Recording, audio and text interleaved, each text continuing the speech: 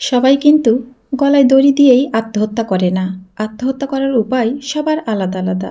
কেউ পছন্দের খাবার ছেড়ে দেয়, কেউ গান গাওয়া ছেড়ে দেয়, কেউ ঘুরতে যাওয়া ছেড়ে দেয়, কেউ সাজগোজ ছেড়ে দেয়, কেউ বিশ্বাস করা ছেড়ে দেয়, কেউ স্বপ্ন দেখা, কেউ ভালোবাসা, আবার কেউ জীবন উপভোগ করা ছেড়ে দেয়। আর আমি ছেড়ে দিয়েছি ফোনে কথা বলা। আসসালামু আলাইকুম আমার প্রাণের আপু ভাইয়ারা, সবাই কেমন আছেন?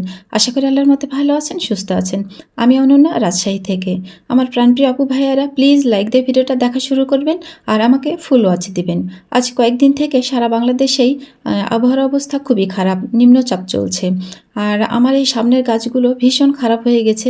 বৃষ্টি আর বাতাসের কারণে বেগুন গাছগুলো কেমন হেলে পড়ে গেছে, এগুলো ঠিক করতে হবে। আর আবহাওয়াটা এতটাই বেশি খারাপ, তবে মন্দ না, ভালোই লাগছে। কিন্তু আমার একটু শীত শীত ঠান্ডা ঠান্ডা ভাব বেশ ভালোই উপভোগ করছি। কিন্তু খড়ির চুলায় রান্না করতে পারছি না, এটা নিয়ে ভীষণ মন খারাপ। তো বলতেই পারেন যে এইটা নিয়ে আবার মন খারাপের কি আছে? খড়ির চুলায় রান্না করতে পারছেন না, ভেতরে রান্না করবেন। আসলে বিষয়টা সেটা নয়। যখন কোনো একটা কাজ করার ইচ্ছে হয়, বা আমাদের কিন্তু শরীর সবসময় কাজ করতে সায় দেয় না, মনও সবসময় কাজ করতে সায় দেয় না। আর যখন মন খুবই কোনো কিছু করতে ইচ্ছা করে, কোনো কাজ, তখন দেখবেন যে যতই শরীরে ক্লান্তি আসুক না কেন, আমরা যদি কাজ একবার শুরু করি আর কাজ করতে যদি ইচ্ছে হয়, তাহলে কিন্তু একটার পর একটা কাজ আমরা করে যেতেই পারি। ঠিক তেমনিভাবেই কিন্তু আমার চুলায় রান্না করা একটা নিয়মের মধ্যে হয়ে গিয়েছিল। যতই কষ্ট হোক, আমি কিন্তু চুলায় রান্না করছিলামই।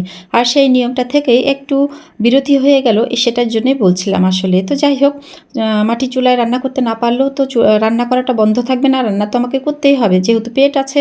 আর পেট থাকলে কোনো কথাই চলবে না। পেট ঠান্ডা তো দুনিয়া ঠান্ডা। তো আমি আজকে ভেতরেই রান্না করব, আর সবজি রান্না করব, আর 2 রকমের মাছ রান্না করব। এই যে পুঁঠির মাছগুলো, এই মাছগুলো কিন্তু নদীর মাছ, বেশ বড় বড়, যদিও ক্যামেরায় খুব একটা বেশি বোঝা যাচ্ছে না।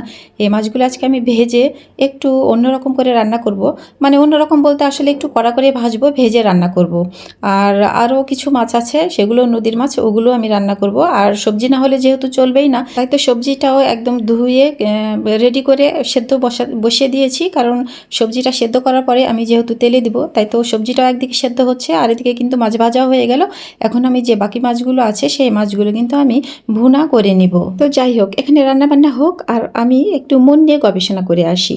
চলুন আমার প্রিয় আপু ভাইয়ারা, শুরুতেই কিছু আমি কথা বলেছি। আসলে প্রত্যেকটা কথা বলার পিছনেই কিন্তু কোনো না কোনো কারণ থাকে।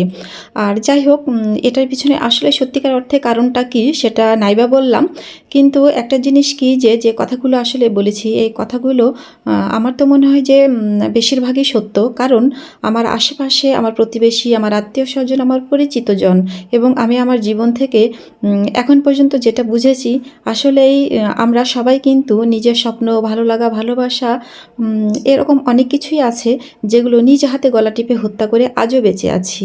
জানি না এই বেঁচে থাকাটা আসলে সত্যিকার অর্থে বেঁচে থাকা কি না, তবে আজও বেঁচে আছি। আর ইচ্ছে করলেই তো মরে যেতে পারি না, কিন্তু ইচ্ছে করলেই এগুলোকে গলা টিপে হত্যা করে বেঁচে থাকতে পারি। আর সেভাবে আমরা এখনও অনেকেই বেঁচে আছি। একটু বড় হওয়ার পর থেকে যখন বড় আপুদেরকে দেখেছি পড়াশোনা করতে, তখন মনোবিজ্ঞান বই সম্পর্কে কিন্তু মানে ধারণা না থাকলেও মনোবিজ্ঞান বই যে একটা আছে, এই নামটা শুনে কেন জানি মনোবিজ্ঞানের প্রতি একটা ভালোবাসা তৈরি হয়ে গিয়েছিল আমার। জানি না মনোবিজ্ঞান বই আসলেই কি আছে, এখন আমি হয়তো ওভাবে বলতে পারবো না, তবে মন যে একটা আজব জিনিস, এটা আমি বুঝতে পেরেছি। কেন জানি মনে হয় যে মনোবিজ্ঞান বইয়ে হয়তো শুধু মন নিয়েই না, আরও অনেক কিছু নিয়েই লেখা আছে। কিন্তু মনোবিজ্ঞান নামটা শুনে ছোটোবেলায় ভাবতাম যে মনোবিজ্ঞানে হয়তো শুধু বিজ্ঞানীরা মন নিয়েই গবেষণা করেছে। তো মন যে একটা আজব জিনিস, যতই দিন দিন বড় হয়েছি ততই কিন্তু বুঝতে পেরেছি। আর এখনও আরও বেশি উপলব্ধি করতে পারি যে নিজের মনকে কন্ট্রোল করতে পারি না। মন এমনই একটা জিনিস, একেবারেই অন্যরকম। কি বলবো, যদি খারাপভাবে বলতে যাই, তাহলে মন হচ্ছে একটা বেহাইয়া। এই বেহাইয়া মনকে নিয়ে আসলেই আর পারি না, কখন যে কি চাই এটা আসলে বলাই মুশকিল। তো যাই হোক, আর মন নিয়ে গবেষণা না করি। আমার কিন্তু অলরেডি একটা মাছ রান্না করা হয়ে গেছে। রান্না করা বলতে ওই মাছটা আমি একটু অন্যরকম করে ভুনা করেছি, বা মাছের কোরমাও বলতে পারেন, যে যেটা খুশি বলেন। একটু ভালো লাগার জন্য একটু অন্যরকম করে রান্না করেছি, তবে আলহামদুলিল্লাহ আসলেই কিন্তু খেতে আমাকে ভালো লেগেছে। আর আজকে রান্নাবান্নাগুলোর মধ্যে এই পুঁটি মাছের রেসিপিটাই, বা পুঁটি মাছের তরকারিটাই ভেজে রান্না করলাম, এটাই জুবাইরের আপু দুজনেই পছন্দ করেছে। আর আমার বাকি যে মাছগুলো ছিল, ওগুলো কিন্তু চিতল চিতল মাছ ছিল, বোয়াল মাছ ছিল, ওইগুলো কিন্তু আমার খেতে ভীষণ ভালো লেগেছে। তো যাই হোক, দুইটা যেহেতু রান্না করেছিলাম মাছ দুই রকম করে, একটা তো ভালো লেগেছে ওদের, এটাই আলহামদুলিল্লাহ। আসলেই দামি দামি মাছ বা দামি দামি খাবার হলেই না, রান্নার উপরেও অনেক কিছু ডিপেন্ড করে ভালো লাগাটা। তো আমি চেষ্টা করি সবসময় খুব টেস্টি করে সুন্দর করে রান্না করার। আসলেই হাতের 5টা আঙ্গুল যেমন সমান না, তেমনি প্রত্যেক দিন একই রকমই কিন্তু খাবারগুলো টেস্ট হয় না। কখনো কখনো দেখা যায় যে আমার নিজের রান্না আমি নিজেই খেতে পারি না, আমার একদমই খেতে ভালো লাগে না, আবার ওদেরকে খুব ভালো লাগে, এরকমই হয়। আবার কখনো কখনো মনে হয় যে ইস, যদি রান্না করতে না হতো, কেউ আমাকে রান্না করে খাওয়াতো, আমি একটু বসে বসে খেতাম, তাহলে হয়তো আমি খেতে পারতাম, এরকমই আমার মনে হয়। আবার যখন বসে বসে খাই তখন কিন্তু খেতেও আসলে ভালো লাগে না, মনে হয় যে কাজ করলে একটু অন্তত পেটে টান পড়ে, খিদাটা লাগে।